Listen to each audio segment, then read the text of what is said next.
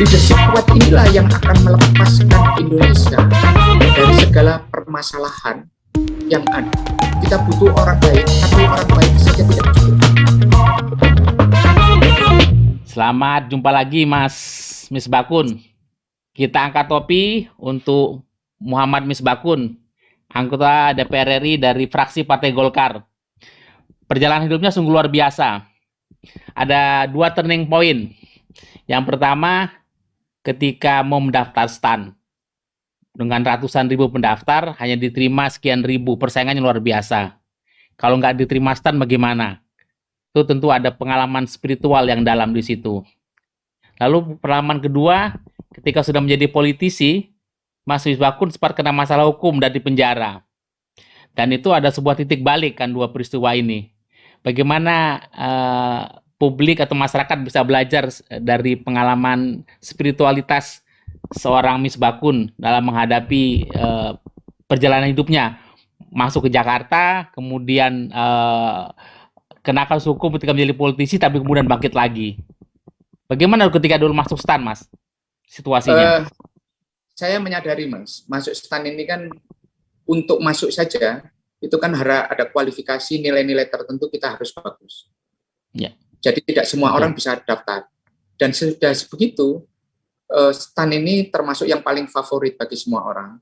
Betul. Dan pada saat itu diterima cuma 2.000 orang, yang daftar pada zaman saya itu sekitar 140.000 orang. Ya, persaingannya saya luar biasa. SMA kampung yang sangat jauh, bukan SMA favorit di Republik ini, di mana ada kota besar seperti Jakarta, Surabaya, Bandung, Semarang, Jogja, yang Magelang, Medan, Makassar yang menjadi pelanggan tetap dimasuknya STAN. Ya. Kiatnya apa tuh, Mas? Bisa lolos? Saya cuma satu, Mas. Saya anaknya orang susah. Saya ingin merubah hidup saya dengan pendidikan yang saya sampai pada saat itu lulus SMA juga yang terbaik. Saya cuma bisa berdoa melihat kompetitor yang begitu banyak yang diterima. Doanya apa kira-kira, Mas? Saya hanya berdoa pada saat itu malam-malam. Dalam kesunyian saya berdoa, ya Allah, jadikanlah ini pemutus mata rantai kemiskinan yang aku alami. Amin. Kalau aku hanya meminta ini, karena kalau tidak kamu berikan, aku akan menjadi orang miskin selamanya dan tidak akan menemukan perubahan jalan hidup yang seperti aku inginkan. Banyak orang pandai di sana. Aku tidak ingin merebutnya, tapi aku ingin merebut takdirku sendiri. Amin. Poin. Itu aja doa. Berhari-hari sampai kemudian pengumuman itu keluar dan saya diterima. Itu amin. Saya punya kebahagiaan hidup. Angkat topi, yang Mas Misbakun. Kebahagiaan hidup yang belum pernah saya rasakan. Dan saya gembiranya luar biasa tuh saat itu, Mas. Oh, ya. Secara spiritual dan secara itu saya dulu lulus PTN sampai gondrongin rambut, Mas. Dan saya itu. Nah, dan saya mempunyai keinginan yang sangat kuat dan saya ingin mendapatkannya dan saya mempunyai kebahagiaan yang luar biasa pada saat itu.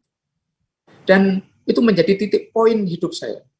Yang dan pertama titik poin berikutnya adalah ketika saya menjadi politisi masih sangat baru dan baru pertama kali, Mas, ya, masuk Senayan. Di Jakarta, saudara pun tidak punya, Mas. Pada saat masuk Jakarta, masuk STAN. Begitu juga di politik. Saya tidak punya tradisi politik di keluarga. Saya tidak punya family jenderal, family politisi. Saya tidak mempunyai terah politik. Tapi saya yatim piatu di dalam politik. Ya. Karena sahabat saya, seorang Fahri Hamzah, mengajak saya bergabung. Maka saya ikut. Nah, pada saat itu, kemudian sebagai seorang akuntan, saya diminta untuk mendalami hasil audit mengenai bailout Century, hasil audit BPK, dan saya menemukan banyak kejanggalan di sana, dan saya kebetulan bisa menjelaskan itu ke publik dengan bahasa-bahasa yang sederhana, dengan bahasa-bahasa yang dipahami oleh kepentingan khalayak, dari bahasa-bahasa audit yang rumit menjadi bahasa yang sederhana, dan kemudian saya diajak bergabung oleh teman-teman untuk menginisiasi sebuah hak angket. Sebagai seorang politisi baru, Lewat Bank Senturi saat itu Mas ya. hak angket Bank Senturi. Bank Senturi. Dan kemudian berhadapan dengan dengan kekuasaan, dengan presiden yang dianggap diduga terlibat di dalam proses bailout itu. Ya. Dan kebetulan Menteri Keuangannya adalah pada saat itu Bu Sri Mulyani, dan kemudian Gubernur Bank Indonesia pada saat itu Pak Budiono yang kemudian menjadi wakil presidennya Pak SBY di periode kedua. Nah, itu kan memberikan implikasi politik yang sangat kuat. Betul. Dalam sejarah DPR, satu-satunya pansus yang didukung sampai 505 anggota DPR, ya pansus Senturi. Ya. Full. Ya. Pansus Bank Senturi. Kasus hak angket Bank Senturi. Satu-satunya hak angket di mana DPR menang melawan pemerintah hanya hak angket Bank Senturi. Iya, hak angket tentunya Bank ini kan Senturi. memberikan komplikasi dan Mas politik. Misbakun tokoh kunci di balik menggulirnya angket Bank Senturi ini. Nah, saya banyak memberikan pendapat, pandangan di media, dimanapun, di dalam forum diskusi tentang hasil audit BPK itu. Saya sederhanakan, saya intisarikan dalam bahasa-bahasa yang dipahami, sehingga saya serahkan kepada publik untuk menjadikan saya sebagai seorang tokoh atau tidak. Tetapi kemudian ada langkah-langkah politik, tentu harus siap dengan sebuah politik. Risiko-risiko. Ya, ada risiko-risiko yang harus dihadapi. Ya, risiko politik itu saya dapatkan. Dan saya kemudian, saya yang setelah resign menjadi pengusaha dan urusan usaha saya dipermasalahkan, dan saya dinyatakan bersalah. Itu apa sih Mas sebenarnya masalahnya dulu? Dikaitkan dengan LC Bank Senturi, gimana itu ceritanya?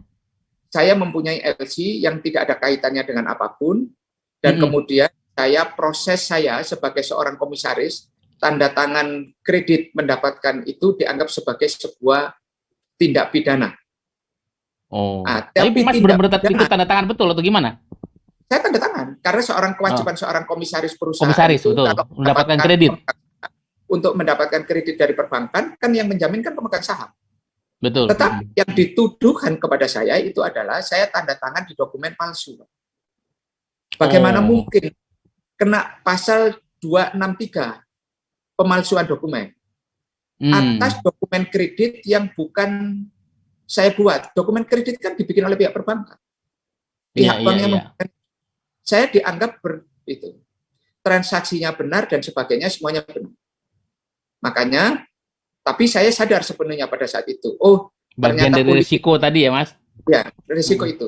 Terus kedua, ternyata politik itu ketika kita terlalu pandai, terlalu cerdas, dan kemudian kita menjadi yatim piatu dan tidak ada backup yang kuat di sana, kita harus sadar sepenuhnya itu. Ternyata kita harus masuk kandang dulu, itu harus bagian dari menyadarkan otak kita bahwa kita dalam berpolitik ini harus sadar tentang kekuatan. I'm nobody's in politics itu ya, harus sadar itu. Harus sadar. Dan penjara memberikan kontemplasi yang luar biasa kepada saya. Saya mengatakan penjara betul sih, Mas. Setahun Mas ya? Saya di penjara 2 tahun. Oh, 2 tahun. 2 tahun. Sehingga itu harus PAW dari DPR, Mas ya? Ya, saya dituntut 15 tahun penjara, tapi saya divonis 1 tahun penjara. Terus kemudian Pak SBY sebagai presiden memberikan komentar terhadap putusan pengadilan, kemudian jaksanya banding saya diputus, saya juga banding, diputus 2 tahun penjara, dan kemudian kasasi diputuskan 2 tahun penjara. Saya menjalani 2 tahun penjara, inkrah saya. Saya ditahan di Barreskrim dan kemudian saya di LP Salemba. Nah, tapi saya mengatakan, fase hidup saya terbaik adalah ketika saya di penjara. Fase terbaik. Fase hidup saya terbaik. Ketika justru lagi ditekan nih berarti, Mas. Iya. Digencet. Saya mengatakan, iya. Fase hidup saya terbaik itu di penjara. Saya bisa khatam Al-Quran dalam 3 hari. Saya menyelesaikan setiap juz sebelum saya sholat. Setiap saya sholat malam menjadi saya 1 juz. Dan saya tidak pernah terputus sholat malam saya ketika saya di sana. Sampai hari ini. Angkat topi, Mas. Dan saya mengatakan bahwa itu adalah kehidupan pribadi saya terbaik. Untuk diri saya. Itu. Saya bisa memanjakan diri saya dengan banyak hal. untuk kepentingan-kepentingan spiritualisme saya, kebutuhan-kebutuhan pemikiran saya. Lebih Pada saat di ketika saya penjara, keluar Mas, ya? dari penjara, saya kalau dibesuk oleh teman-teman saya di penjara, saya minta oleh-oleh apa? Saya lebih senang dikasih oleh-oleh buku. Ada Buku. sahabat Iya, saya, iya, iya. Tetap ya, doyan baca sampai sekarang, Mas, ya? ya, ada sahabat saya yang beberapa kali ke penjara, Mas Yunarto Wijaya, itu memberikan Iya, saya oleh-oleh buku. Salah iya. satu bukunya dia itu tentang Perdana Menteri Cina yang karena peristiwa Tiananmen dia harus dirumahkan dan menjadi politisi cemerlang yang selesai kehidupannya dengan tahanan rumah. Saya membaca itu. Dan saya membaca banyak buku yang diberikan oleh sahabat-sahabat saya. Dan ketika saya keluar dari penjara pun, lebih banyak buku yang saya baca bawa pulang daripada pakaian atau alat-alat yang lain. Oh, luar biasa ya. Ada refleksi atau Itu. doa, Mas, yang kemudian dari pengalaman di penjara Pada secara saat itulah, spiritual itu yang bisa dibagikan? pada saat itu saya bahwa kehidupan pribadi saya ingin dinistakan oleh kekuasaan. Pencapaian-pencapaian saya ingin dinistakan oleh kekuasaan. Kecemerlangan-kecemerlangan saya ingin dinistakan oleh kekuasaan. Dengan semua alat kekuasaan.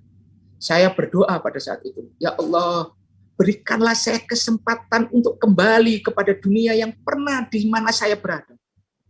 Dan saya bernazar, semua kekuasaanmu yang kamu berikan untuk mengembalikan itu akan aku bayar dengan puasa. Nanti aku akan puasa Daud, dan puasa Daud itu akan aku dedikasikan sepanjang umurku ada, dimanapun aku berada. Amin. Pada saat itu saya mengatakan, saya akan melawan semua kedoliman ini, dimanapun kedoliman itu berada, dan saya akan merebut kembali kebebasan saya. Tetapi kali ini saya harus dengan perhitungan yang matang.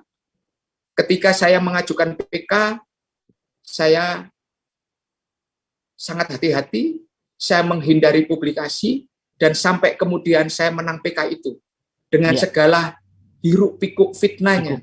Bayangkan, hanya karena saya seorang politisi PKS, bagaimana sebuah majalah yang bernama Tempo, koran yang bernama Tempo, itu menjadikan saya berkali-kali covernya, sampai saya menang PK pun, saya dituduh menyuap hakim dan dijadikan cover oleh majalah Tempo. Tanpa bukti yang memadai, dengan kalimat-kalimat yang sangat insinuatif, dengan tuduhan-tuduhan yang sangat dangkal, dan mereka kemudian menuduh saya melakukan hal-hal yang tidak pantas untuk mendapatkan kebebasan saya. Saya mengatakan, saya mendapatkan itu karena doa ibu saya. Saya pernah sekali ketika ibu saya minta datang ke penjara, saya tidak pernah memberikan kesempatan ibu saya menengok saya ke penjara. Karena saya tidak mau ibu saya tahu penderitaan saya di penjara, saya tidak mau ibu saya tahu bagaimana kehidupan di penjara. Tetapi karena ibu saya memaksa, saya menemui ibu saya di koridor yang agak jauh dari penjara. Ibu saya selalu mengatakan, kamu adalah anak saya. Doaku adalah untuk kamu bahwa kamu tidak bersalah. Sampai kapanpun doaku adalah untuk kamu bahwa kamu tidak bersalah. Ini adalah menjadi penguat yang luar biasa, Mas, ya. Penguat yang luar biasa bagi doa saya. Sejak itu saya berdoa yang tadi saya sampaikan. Keluar semangat perlawanan saya. Karena saya, bagi saya, doa itu iman saya. Makanya ketika saya menang PK, pertama kali yang saya sujudi, saya syukuri itu adalah doa ibu saya. Ibu. Saya datang ibu saya dengan luar biasa. Menemui ibu, Mas, setelah PK dimenangkan. Ketika PK saya menang dan saya dikatakan bebas murni, semua putusan itu rehabilitasi juga, Mas, ya. Direhabilitasi, dan saya datangin ibu saya dan saya mengatakan, ibu saya yang menjadi panduan para malaikat itu menuntun tangan para hakim untuk membebaskan saya. Dibukakan hati para hakim itu, sehingga saya bisa mendapatkan kembali kebebasan. Dan saya, di sisa umur saya akan membayar nazar saya, bahwa saya pernah meminta dengan puasa Daud, dan saya akan membayar dengan puasa Daud sampai akhir hayat saya. Sampai hari ini, sejak di Sampai hari penjara. Luar biasa, Mas Misbakun. Angkat topi, saya juga terharu, Mas, mendengarnya. Dan bukan hanya Mas Misbakun yang berkaca-kaca, saya juga berkaca-kaca. Ikut merasakan ketika saya dalam posisi Mas Misbakun. Baik, Mas. Luar biasa pengalamannya, Mas. Sungguh kaya. Dengan pengalaman yang kaya, dan penempaan secara spiritual yang juga dengan tirakat yang juga kuat. Melihat kondisi Indonesia hari ini, apa yang dirasakan oleh seorang Misbakun? Dan apa yang solusinya seperti apa ketika ada tantangan yang begitu berat yang dihadapi Indonesia hari ini, Mas? Saya selalu diskusi dengan banyak teman bahwa yang dibutuhkan oleh Indonesia itu adalah orang dengan leadership yang sangat kuat. Leadership yang sangat kuat. Good Sangat point. kuat. Leadership kuat inilah yang akan melepaskan Indonesia dari segala permasalahan yang ada. Kita punya Soekarno dengan leadership yang kuat. Kita punya Pak Harto dengan leadership yang sangat kuat. Kita ketemu Gus Dur dengan leadership yang sangat, dengan karakteristik yang sangat khusus. Ada Bu Mega, ada Pak Habibie, Pak SBY, dan Pak Jokowi. Petikan dari intisari pemimpin-pemimpin itu adalah leadership. Leadership, Mas. Kita butuh baik. Kita butuh orang baik, tapi orang baik saja tidak cukup. Orang baik saja tidak cukup. Pemimpin yang baik saja tidak cukup. Tidak cukup.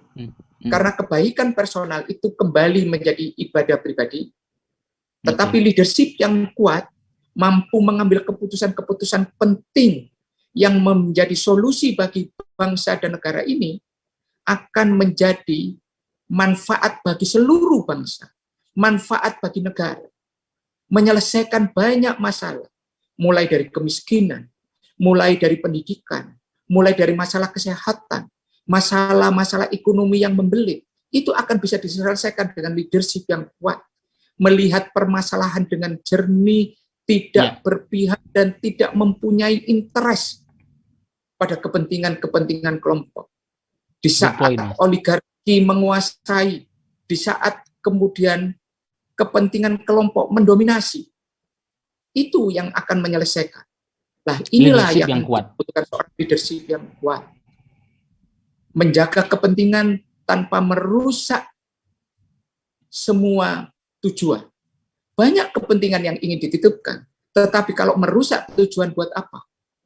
Itu.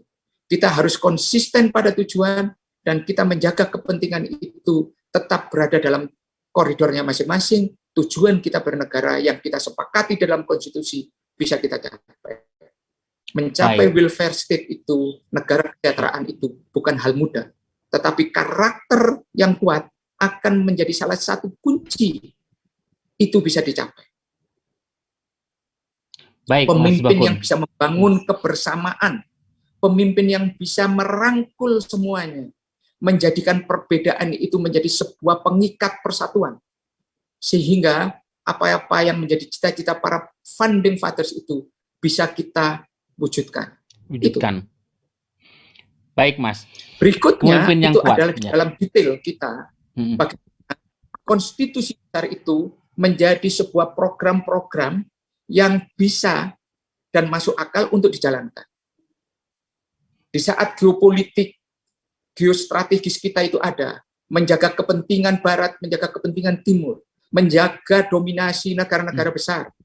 Di saat negara kita ingin maju, di saat negara kita harus mencapai kemandirian, di saat negara kita harus bisa duduk sejajar dengan negara maju yang tidak ingin kemajuannya disaingi, di saat negara besar tidak ingin kebesarannya itu dicapai oleh negara lain dan disaingi. Lah, bagaimana memposisikan Indonesia? Itu butuh sebuah wisdom, sebuah pemimpin yang bisa menyerap, mengabsorb semuanya, kemudian terimplementasikan dalam sebuah policy, memilih pembantu-pembantu yang cocok, sepaham, seide, menjalankan kepentingan presidennya, bukan menjadi bagian dari kelompok, bukan menjadi bagian dari masuk di dalam pemerintahan untuk menjalankan agenda orang lain. Diimplan masuk untuk menjalankan agenda kelompok negara tertentu. Itu yang harus dijelaskan. Karena kita tahu negara-negara besar selalu mempunyai kelompok kepentingan, selalu mempunyai orang-orang tertentu yang dijadikan menjadikan pengaman kepentingannya di dalam sebuah pemerintahan. Dengan segala cara. Good point. Itu. Dan kita harus menyadari itu. Orang menjadi pion bagi kepentingan besar negara lain. Orang menjadi pion bagi kepentingan kelompok yang lain. Orang menjadi pion bagi kepentingan-kepentingan yang lain. Bukan kepentingan bangsanya. Bukan kepentingan negaranya. Bukan kepentingan rakyatnya yang dirangkum dalam sebuah program-program negara. Akhirnya apa? Kebijakan-kebijakannya menjadi carut-marut karena tersabotase oleh kepentingan-kepentingan itu. Baik, yang Mas. paling berbahaya. Luar biasa. Sabotase di dalam kekuasaan itu yang paling berbahaya. Dibanding sabotase dalam kekuasaan. Iya, sabotase di dalam kekuasaan. Iya. Yang kemudian kepentingan asing bermain. Kalau kita ingin tujuannya lurus, dibelokkan berapa derajat, maka itu keluar dari sasaran. Kalau satu deviasi 1 derajat itu akan keluar berapa tahun lagi kita tidak akan pernah makin mencapai. Penyimpangannya semakin jauh, Mas ya. Dan kita mentoleransi. Elevasinya semakin jauh. Kita awalnya menolak. Tapi kemudian dimoderasi seakan-akan itu bagian dari kekuasaan. Bagian dari pemerintah yang sedang menjalankan tugas negara. Tanpa kita tahu detailkan. Makanya sebagai seorang akuntan, saya memperkuat kompetensi kemampuan diri saya dengan banyak membaca. Walaupun saya sedang mengambil doktor dan saya bukan seorang doktor, saya membaca banyak. Sekarang sekolah lagi nih, Mas? Ambil S3? Ya lah, ngambil S3 saya. Saya sedang ambil apa, Mas? Ngambil ekonomi saya. Ekonomi, siap. Good point. Saya walaupun tidak dokter, saya ingin memperkuat kompetensi kapasitas saya. Saya ingin memperkuat detail saya sebagai seorang akuntan dalam banyak membaca program-programnya negara. Di dalam detail program-program angka-angka di dalam APBN. Saya ingin mendetailkan. Karena apa? Kalau ini tidak kita kuasai, kita akan berhadapan dengan kekuasaan, berhadapan dengan birokrat, dengan seorang menteri, dengan banyak menteri yang sedang menjalankan program yang disusun oleh orang-orang yang sangat kompeten. Kalau kita tidak sama kompetensinya, maka kita akan menjadi counter yang tidak relevan. Counterpart yang dihargai hanya karena posisi politiknya. Bukan seorang counterpart yang dihargai karena kemampuan, kompetensi, dan kapasitas. Nah, itu mendera diri saya. Makanya saya menghukum diri saya untuk selalu mempunyai kemampuan, keahlian, upgrading terus ya, Mas. Upgrading terus. Yang selalu terupgrade dengan knowledge, dengan segala hal. Tanpa mengurangi rasa hormat, kita memberikan value, memberikan penguatan apa yang sudah bagus, tapi kita membuka juga peluang-peluang terhadap sebuah policy yang kita anggap masih belum kuat di sana. Termasuk kepada figur-figur yang menjadi operatornya negara. Kita ingatkan kepada mereka tentang kewajiban-kewajiban mereka. Mengelola negara ini bukan hanya tanggung jawab satu pihak eksekutif semata. Negara sebesar Indonesia ini harus kita kerjakan dengan sangat kegotong royongan. Kebersamaan gotong royong. Ini akan kunci. Karena apa? Hanya dengan kegotong royonganlah, kebersamaanlah yang berat menjadi lebih ringan, yang sulit akan menjadi lebih mudah. Tentunya dengan sebuah cara pandang yang equal. Kalau dikritik tidak boleh harus kemudian gampang tipis telinganya. Kalau diberikan juga harus bisa mengabsorb dengan hati yang terbuka. Karena kita sedang tidak ingin mencela orang, kita tidak sedang ingin mencela pribadi, kemampuan orang, tapi kita sedang mencari jalan bagaimana negara menemukan cara terbaik negara sedang mencari cara terbaik sebagai sebuah kebijakan sehingga rakyat mendapatkan manfaat terbaik dari kebijakan negara itu. Very good point. Luar biasa Mas Misbakun. Kita angkat topi untuk Mas Misbakun. Never ending learning, selalu belajar, selalu upgrading. Nah, saya nggak tahu tuh kalau Mas Misbakun sedang melototin angka-angka akuntansi negara, akuntansi keuangan negara itu gimana tuh APBN kita. Saya paling nggak ngerti tuh Mas, baca akuntan APBN tuh saya paling nggak ngerti. Baik Mas Misbakun. Eh, apa pesan Mas Misbakun untuk orang muda? Orang muda Indonesia, terutama nanti Indonesia ini kan 2045 akan menghadapi Indonesia emas, Mas. Banyak tantangan digital, sudah metaverse, tapi kita masih dengan kondisi dalam negeri yang masih seperti ini. Bagaimana optimisme dan bagaimana tantangan itu kita jawab bersama, Mas. Saya mengharapkan anak-anak muda itu tampil dengan karakter pribadi mereka masing-masing yang positif. Good point. Karena apa? Tugas kita menjaga anak-anak muda ini lahir dengan talenta-talenta terbaik mereka. Very good. Jadilah diri sendiri, dadar sifat-sifat positif yang universal, belajar menjadi seorang yang pembelajar yang baik dari proses belajar formal dan informal kita, belajar dari kehidupan. Kemudian karakter ini tumbuhkan karakter-karakter yang positif. Ambil karakter-karakter terbaik kita untuk kita kemudian sharing dengan sahabat-sahabat terbaik kita. Very good. Supaya kita menjadi generasi penerus yang terbaik.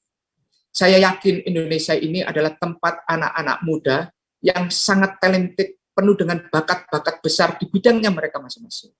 Tekuni apa yang menjadi passion kalian masing-masing. Passion. Karena passion itulah yang akan menjadikan kalian mempunyai minat dan kemudian mempunyai hasrat yang kuat untuk memperdalam, menjadi ahli, dan menguasai bidangnya. Dan kalian yang kuat di bidangnya masing-masing ini akan menjadi Indonesia yang besar, yang kemudian masing-masing bakat itu akan memperbesar posisi Indonesia di dunia. Very good. Tugas kita Very good point. Ini adalah menjaga demokrasi ini tetap dijaga, kita rawat. Kebebasan berpikir ini tetap kita rawat. Orang mendapatkan kualitas pendidikan terbaik, mendapatkan keberpihakan negara melalui fasilitas kesehatan yang baik. Jangan sampai ada anak-anak kekurangan gizi, jangan sampai kemudian lahir generasi stunting dan sebagainya, sehingga semua bakat-bakat itu bisa tumbuh natural dengan apa takdir yang diberikan oleh Tuhan. Kalian bisa menjadi orang Jawa, bisa menjadi orang Papua, orang Sunda, orang Dayak, orang Batak, orang Madura, orang apapun. Tapi kalian harus menjadi sebuah bakat-bakat hebat, anak bangsa yang memperkuat posisi kebangsaan Indonesia. Luar biasa. Ini yang harus lahir ke depan. Narasi kita adalah narasi kebangsaan kita. Mimpi kita, anak-anak muda ini adalah mimpi Indonesia maju, Indonesia yang kuat, yang bersaing dengan negara-negara Eropa yang kayanya kalah sama kita. Bersaing dengan negara-negara manapun yang kayanya sama kalah kita.